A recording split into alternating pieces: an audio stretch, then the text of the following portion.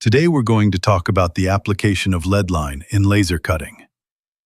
To ensure the integrity of the finished part, the cutting start point is not placed directly on the outline of the workpiece. This is because the piercing process at the start point lasts relatively long and produces molten slag, which can leave defects on the part.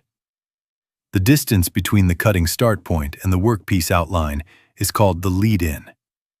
For example, if we need to produce a plate with several round holes, we can use inside cutting. Select the shape, click Leadline, and set a 10 mm lead-in. This allows the material inside the circle to be removed as scrap.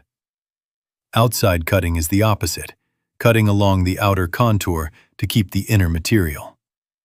Click here to switch and attach the lead-in to the outer edge.